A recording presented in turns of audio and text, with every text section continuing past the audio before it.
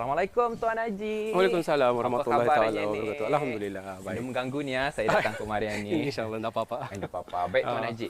Saya ada mendengar cerita yang bis kita memang dari Damit sudah ni minat dalam bidang penanaman ni. Mungkin boleh kongsikan sedikit cerita lah kepada penonton di luar sana. Okey. Kami ni asalnya daripada Najwa, keluarga bertani, berpadi, berapa kan. Jadi apabila sudah berhenti berpadi itu, jadi mula mama beralih ke bahagian tanaman-tanaman di sekeliling rumah. Tanam lada, iaitu bunga-bungaan. Itulah. Jadi yang aku ni sebagai anaknya yang bungsu lah. Jadi selalu menjadi asisten arahnya. Menolong-menolong, macam mengangkat-angkatkan ia. Dia itu mengali-ngalikan lubang untuk ia menanam bunga. Jadi di sana timbul rasa minat selalu mendangani ilmu mama berkabun yang menyebabnya sampai anilah kami ni minat berkabun bunga apa. Betul sekali. Dan kalau saya lihat ni Tuan Haji memang dia dinafikan begitu indah sekali dengan lanskap. Alhamdulillah. Berserta dengan bunga-bunga yang tumbuh membasar ni. Amat menarik sekali Tuan Haji. Dan juga Tuan Haji, ada juga orang mengatakan yang mana menanam bunga-bunga ni dapat menaikkan rasa ketenangan dalam diri. Jadi sejauh mana Tuan Haji? Sudah pasti ya. Setuju sudah pasti. Jadi bunga-bunga ni kalau arahku lah, ada kedai aku memang menenangkanlah, terutama masa bekerja dulu kan. Jadi kita ni selalunya stres. Betul. Jadi dengan adanya aktiviti-aktiviti menanam bunga ataupun mana sajalah, menanam buah-buahan, apa saja, melihat landscape kita ni tu rasanya tenang jiwa.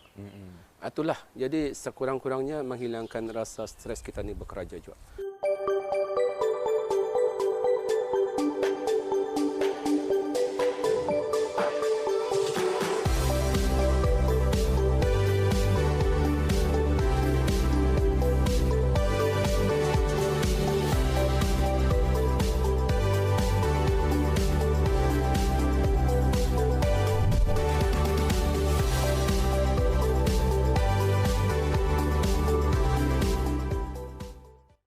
Baik Tuan Haji, di sini yang paling nyata saya dapat lihat di sini lawa usul bunganya ni. Macam daun pisang ada juga. Tapi ini apa ni sebenarnya?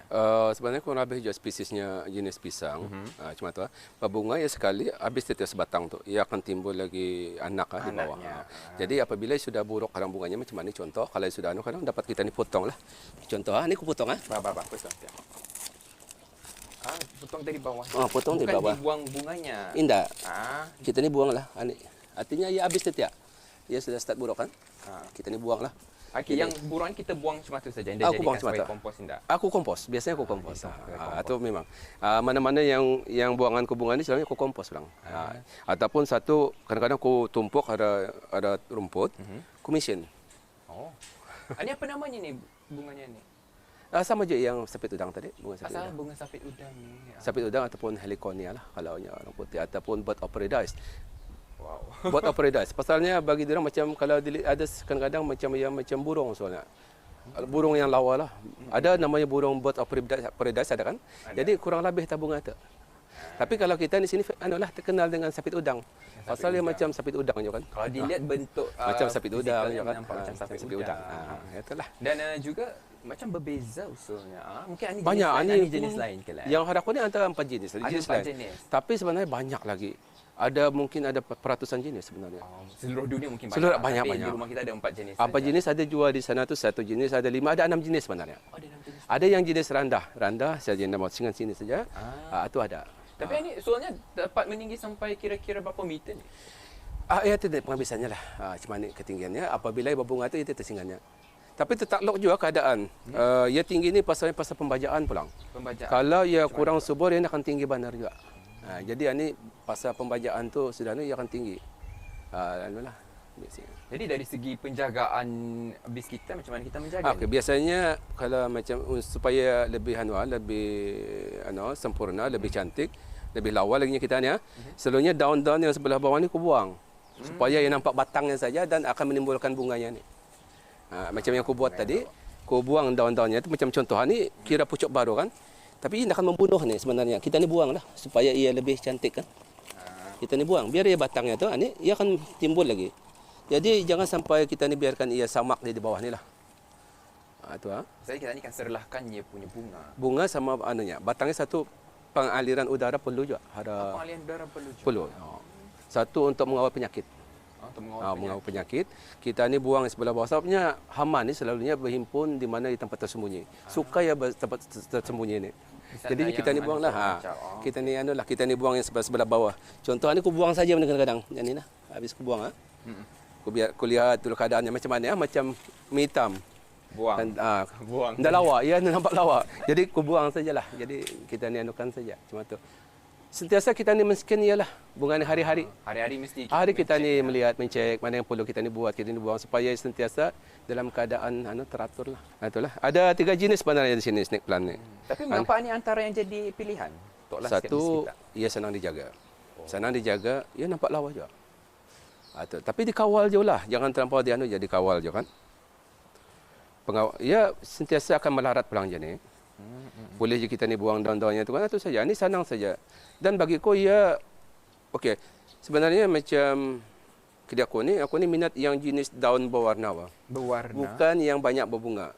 Jadi atau aku selaraskan landscape tu atau satu gabungan daun yang berwarna-warni. Jadi apabila kita ni melihat secara keseluruhan lawa pada landscape tu. Akan nampak ada kontras di sana. Disebabkan jenis ini ia memiliki berbagai warna juga. Maka ia sesuai untuk ditanam pada tempat landscape. Penjagaannya senanglah, biarkan saja. Kalau bagi orang yang akan memulakan landscape, salah satu daripada bunga yang kosorkan lah. Inilah. Sansevieria. Senang dijaga. Sansevieria ini boleh jadi dalam rumah, Pak? Boleh. Ia untuk menapis udara pelang ni, penapis udara pelang ni. Itulah kebaikannya. Tapi aku lebih minat di luar. Kalau di dalam tu jarang aku berbunga di dalam rumah. Kita lebih fokus. Pasalnya penyiramannya betul, Pak. Kalau di dalam rumah ni penyiraman kita ni masalah kadang-kadang kan. Kalau di luar ni senang aku membajak, senang aku penyiraman, penyelenggaraan tu senang aku buatlah. Baik, di sini landscape kita memang menarik ni sekali Tuan Najah. Dan juga kalau dilihat apa saja yang kita ni orang masukkan dalam konsep landscape di sekitar ni. Okey, konsep sebenarnya dia aku milih mana-mana konsep. Tapi secara kebetulan negara kita ni negara panas, negara tropikal kan. Jadi tanaman-tanaman kita ni secara tidak langsung pun tanaman-tanaman tropikal.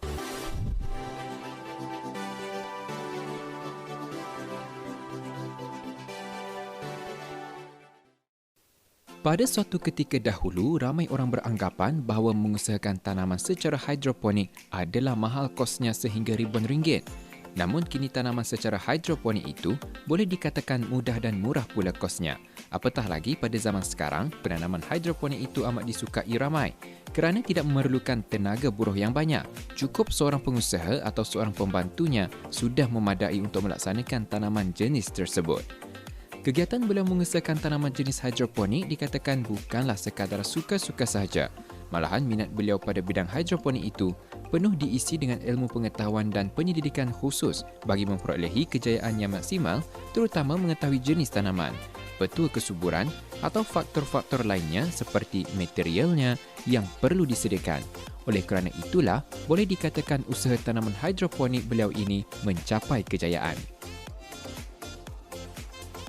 Baik Tuan Najib, di belakang Atu pun ada jenis tanaman apa ni Tuan Najib? Ini tanaman strawberry, mencuba-cuba juga kan menanam strawberry ya. Ini jenis strawberry yang tanah rendah, lowland. Indah sama juga yang ditanam di negara-negara Eropah tu atau highland negeri sajuk. Jadi di sini strawberry yang lowland yang tahan panas. Jadi strawberry ini mesti tekanan matahari 6 ke 8 jam. 6 ke 8 jam. Jadi Tekanan pernah berbuah ke ni Tuan Najib? Okey, setakat ini cabaran yang arahku juga lah. Indah pernah berbuah. Indah pernah berbuah. Tapi kejadiannya itu jadi kita ni sedikit optimistik lah. Ia apabila crownnya tu semakin besar, ini crownnya, ada crownnya ni semakin besar, maka insya-Allah buahnya tu akan menjadi besar. Kalau crownnya damit, buahnya akan jadi damit juga.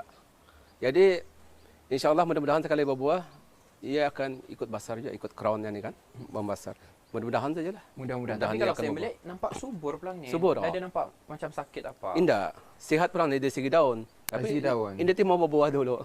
Kita baru musimnya kalau kalau mengikut arah YouTube ataupun Google, kalau musim penghujan ni memang indah berbuah. Ia akan mengeluarkan banyak sulur. Sulur ni ya. Apa tu? Sulur ataupun apa? rana. Rana ni terkadang akan menjadi anaknya. Kalau kita melihat ya. Ini yang sudah aku tanam. Jadi belum lagi aku pisahkan dengan induknya.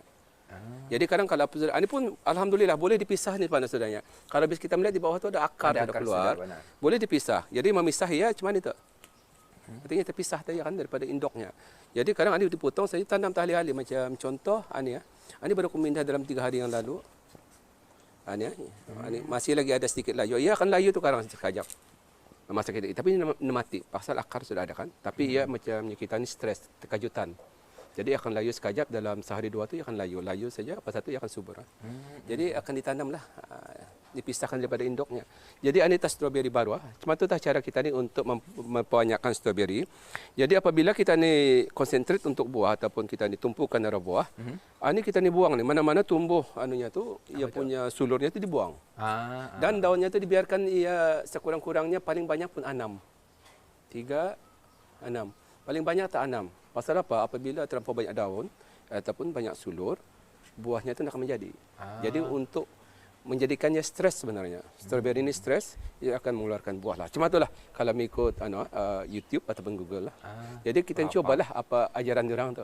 Jadi insyaAllah mudah-mudahan sekarang sudah musim panas. Mudah-mudahan saja strawberry kuning berbuah. Mudah-mudahan insyaAllah. Dan saya juga tertarik apabila Tuan Haji banyak kongsikan yang mana Tuan Haji banyak memanfaatkan penggunaan laman seperti laman media sosial untuk mengetahui lagi banyak mengenai dengan tanaman-tanaman ini. Itu amat menarik sekali. Dan juga di sini saya nampak, saya ambil Tuan Haji dan Papa. Ini apa ni? Kita menggunakan medium kokopit kan ni? Ini kokopit ataupun kokokyo ataupun kelapa lah, sabut kelapa. Jadi tujuannya sabut kelapa ni mana-mana sajalah sebenarnya strawberry ni ia memerlukan tanah yang poros. Poros ni artinya apabila kita ni menyiram, air itu terus ke bawah. Indah bertakung. Atau tas strawberry, ia indah suka air bertakung. Kalau bertakung ia akan buruk. Jadi atau tah penggunaan sabut kelapa. Yang yang paling baiklah bagiku. Pasal apabila kita ni menyiram, air itu akan terus poros ke bawah, akan turun ke bawah. Ia akan bertakung. Tapi ia akan disiram kalau musim panas 2 kali sehari ni. Pagi sekali, petang sekali. Ia paling indah suka kekeringan. Ia paling suka kita ni damal, basah. Tapi bukannya lembab. Jadinya bukan ia air bertakung. Itu tak pasalnya. Bukannya indah ada tanam tanahnya. Tapi ada eksperimen ko, percubaan ko. Alhamdulillah juga tanam tanah. Ini aku tanam tanah mana-mana tanah yang campuran yang kita ni balik pasar. Aku cuba je yang putih tu. Penanda aku pasal putih. Artinya tanam tanah. Di eksperimen. Sama ada pasalnya sabut kelapa ni mahal sedikit.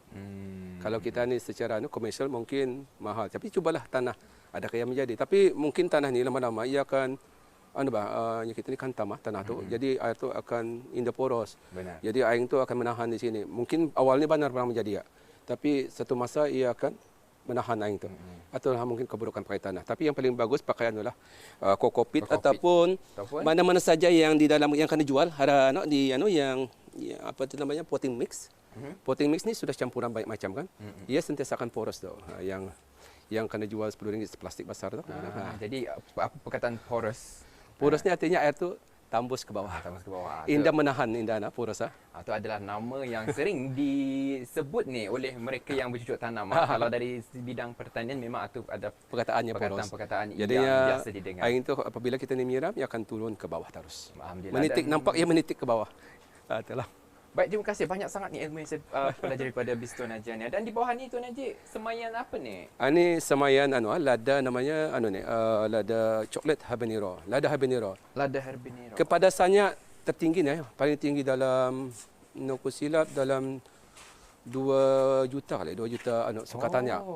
Aku pun dah sanggup makan je ni. Jadi cili yang Damit atau cili Thailand, cili padi apa tu? Itu jauh lah. Ini padas. Ini asalnya daripada Jamaica pulang.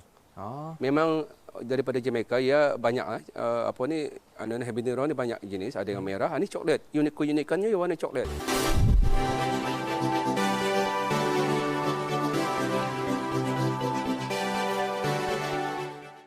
Mungkin ada tanaman sayur-sayuran kali di belakang? Ada juga. Masa ni yang ada tarung sama lada. Tapi dulu sebelum itu banyak pulang yang ditanam di sini ni. Tapi buat masa ni terong sama lada saya ada lah. Terong sama lada. Dan kita akan melihat bagaimana tu usul terong sama lada yang ditanam oleh Tuan Haji. Dan yang pasti banyak juga Apa tu perkara-perkara yang penting diambil kira ni dalam memastikan kesuburannya? Okey. Satu yang pastinya baja. Baja yang penting lah. Jadi kita ni perlu tahu apa baja yang kita ni gunakan, cara pembajaan, sama ada baja kimikal, baja organik ataupun baja secara hambur, cara air, ataupun cara melalui folia cara kita ni spraykan ke daun. Itu penting kita ni mengetahui sebagai orang anak untuk mengetahui apa jenis baja yang kita ni gunakan untuk memastikan tanaman-tanaman kita ni sentiasa subur. Sentiasa subur. Jadi kebiasaan kita menggunakan baja organik? Okey. Sebenarnya kurang baja organik, kebanyakannya baja kimikal. Jadi baja secara baja biji yang dihamburkan iaitu banyakannya aku gunakan di sini untuk kesuburan baja 16 triple 16. Itu yang aku gunakan dan satu baja secara semburan melalui daun folia. Itu yang penting lah. Jadi pasalnya folia ni ia mengandungi semua unsur makro dan mikronya. Semua sekali ada tu. Yang selalunya lah baja semburan ke daun ni ia mengandungi keseluruhan makro dan mikronya. Dan ia akan menyerap 90% lebih baja tu. Tidak ada pembaziran baja melalui folia. Itu kepentingan baja folia. Okey. Dari segi baja organik, kebanyakannya yang aku gunakan kompos. Kompos. Jadi kalau bis kita melihat di sini ada macam potongan-potongan kayu ataupun ketaman kayu lah. Jadi ini sebenarnya kompos. Satu masa yang kayu ni, abok-abok kayu ni, potongan kayu ni, ia akan memburuk.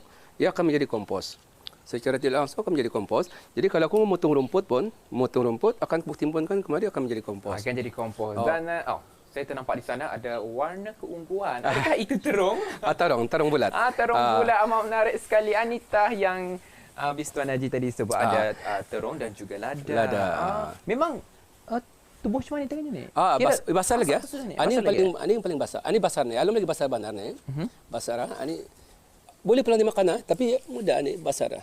Sayang juga akan diambil masanya damit-damit ni. Ia akan lebih membasah lagi nanti lebih lah. Jadi tarung ni pertama kali aku menanam tarung bulat ni, ia lebihnya kita ni orang Brunei lebih nyaman daripada tarung panjang. Oh ya kah? Lebih manis kalau kita ni masak grill ke kita ni goreng. Nyaman dimakan cuma tu saja untuk Bisa dalam tanaman lanskap kita ni ada terselit tanaman sayuran. Itu dah yang konsep yang aku tanamkan di sini. Landscape tu semestinya kita ni menanam bunga-bungaan Jadi perlu je kita ni menanam buah-buahan untuk perut kita ni juga untuk mata kita. Kedua-dua ada. Jadi kita ni mengolahkan tanaman ni berbentuk landscape. Dia semestinya bunga tapi kita campur dengan buah-buahan lah. Adakah tanaman sayur sama bunga sama cara penjagaannya? Sama kah? Almost sama, kurang lebih juga. Tapi ada sedikit perbezaan lah. Jadi kalau macam contoh macam tanaman tu yang baru kita ni dah kenal, jadi biasalah kita ni menggunakan Google ataupun YouTube. Kita ni belajar di sana. Belajar daripada sana. Cari di sana. InsyaAllah ada banyak ilmu yang kita ni dapat di sana. Cara yang mengajar, macam mana. Jadi sanalah kita ni belajar. Jadi dalam penjagaan terung ni apa yang kita terapkan kepentingannya? Biasa saja. Terung ni biasa saja. Satu, pembajaan yang betul iaitu kesuburan. Dengan penggunaan, ini sama bajanya. Baja 16-16 dengan bunga sama. Sama ni. Jadi, indah aku membezakan pembajaannya itu sama. Jadi dengannya tarung ni perlu ada penjagaan sedikit dari segi serangan hama dan serangan kulat. Yang ni mudah bawa penyakit juga. Betul. Jadi kalau habis kita terlihat barangkali ini ada aku gantung di sini. Dan tadi saya nampak pelan ni, saya fikir ini ni kapur barus. Ini kapur barus ni. Ataupun lebih terkenal dengan ubat gagat yang kita ni taruh dalam lemari. Ubat gagat. Okey. Jadi kita ni gantung saja. Sebenarnya bukannya apa? Aromanya tu indah disukai oleh lalat buah. Jadi kalau dia mencium, ia akan hampir. Terciumnya bawah ni, ia akan lari. Ia menghalau. Memberi kesan kepada tanaman indah. Pasal ia mulakan aroma saja. Aroma saja ni. Aroma saja. Jadi kita ni gantung berdekatan lah. Untuk mengelakkan dia datang, untuk kita ni kalau orang Brunei melantak buah kita ni. Pasal kalau sudah dia terlantak, bergiok ni dalam. Ada giok. Jadi memang kebiasaan lalat buah ni selalunya mengacau apabila dia sudah berbuah. Masa hujan. Masa hujan tu memanglah ia lebih aktif. Memang satu perkara yang baru ni Tuan Haji. Saya pernah melihat orang menggantung ubat gegat. Tu nak. Ini lada. Ini tanaman lada lada ni. basar. Bermakan je sudah. Itu tapasan lagi ada. Ada tinggal yang muda-muda masih. Tu. Ini yang Lada basar. anak semayannya depan tu bukan? Atau Dia sama? bukan. Itu habanero. Ini lada basar kita ni. Lada basar biasa yang kita ni. Itu jadi gantung juga. Itu kan habis sudah. Jadi apabila habis tu kadang jaga. Mesti kita diganti juga terus. Kalau kita ni mengganti dengan cepatnya, lalat buah akan datanglah.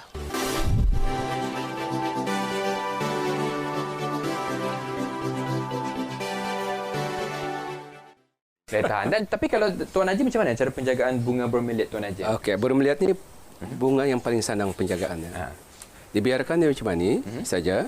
Pembajaannya pun sebulan, 2 bulan, 3 bulan sudah pun cukup. Baja 16 letakkan saya sedikit di area tanahnya tu dan pastikan juga ada kelopak kan di dalam tu, pastikan kelopaknya tu sentiasa mengandungi air. Dan 3 ke 4 hari kadang-kadang airnya tu terlampau banyak kalau musim penghujan kadang-kadang banyak airnya tu. Jadi perlu kita ni tuang sedikit airnya tu. Jadi ditakuti kadang daunnya tu yang sebelah bawah akan busuk. Busuk. Jadi kita ni buang je airnya tu, sementara tu kita ni ganti dengan air barulah. Ini paling senang. Sebenarnya bromeliad paling senang. Penyakit pun indah berapa. Melainkan siput saja. Tapi alhamdulillah setakat ini belum ada siput pernah naik ke bromeliad pun. Baik juga. Dan alhamdulillah apa tu bromeliad ni tahan panas. Sebenarnya bromeliad indah tahan panas. Indah tahan panas. Ia ada spesiesnya, ada jenisnya yang tahan panas. Ada yang spesiesnya yang dia tahan macam ni, yang berwarna macam ni yang dia tahan panas. Kalau kita panaskan ia, daunnya akan hangus terbakar. Adalah tumpuk-tumpuk hangus kan. Indah lawa jadinya. Ia lebih suka terlindung daripada sinaran matahari secara direct. Ini walaupun ada sinar matahari tapi indah direct memancar ke bromeliad. Terutama sebenarnya pancaran matahari tengah hari ia indah suka. Kalau pagi okey. Tidak ada masalah. Ia indah berapa panas tapi kalau kita kena pancaran matahari sebelah tengah hari ia akan terbakar. Itulah masalahnya saja. Jadi kita ni terpaksalah mencari tempat yang lebih terlindung daripada sesuai. Dan itulah Tuan Haji. Terima kasih ingin saya ucapkan terima kasih kepada Tuan Haji. Betul-betul perkongsian daripada Tuan Haji benar-benar banyak membagi tips, ilmu pengetahuan dan juga saya melihat apa yang di mana serbuk kayu yang Tuan gunakan pada lanskap ni sebenarnya menyalahkan dia punya warna tu sebenarnya. Kalau kita ni menggunakan tanah ia lebih mungkin hitam. Tapi ni kita dilapis tanah kemudian dilapis dengan serbuk kayu. Dan itu amat menarik sekali Tuan Haji. Dan juga saya betul-betul sebenarnya macam bersemangat terus. Kami mencuba ni mencucuk tanaman ni sebab bila kita ni tahu akan tips penjagaan, pembajaan, insya-Allah akan dapat kita ni sempurnakanlah penjagaan tu. Betul. Dan juga memang Tuan Haji fokuskan kepada landscape dan juga tanaman-tanaman yang sesuai untuk landscape. Ya, betul. Dan itulah dia usaha tangga kejayaan. Satu perkataan yang amat sesuai untuk Tuan Haji. Daripada Damit sampai masa ini masih lagi meneruskan penanaman ini amat bagus sekali. Itulah saya rasa memang kalau kita ni berusaha memang insya-Allah akan tercapai. Betul. Dan ada insya-Allah di keluaran yang seterusnya kita ni akan bersama dengan personality kita ni dalam program Skop yang lain dan kita juga akan mendengarkan perkongsian daripada personality kita di episod yang akan datang. Dan untuk itu ada sekian sampai di sini saja. Assalamualaikum warahmatullahi wabarakatuh. Jumpa lagi. Waalaikumsalam.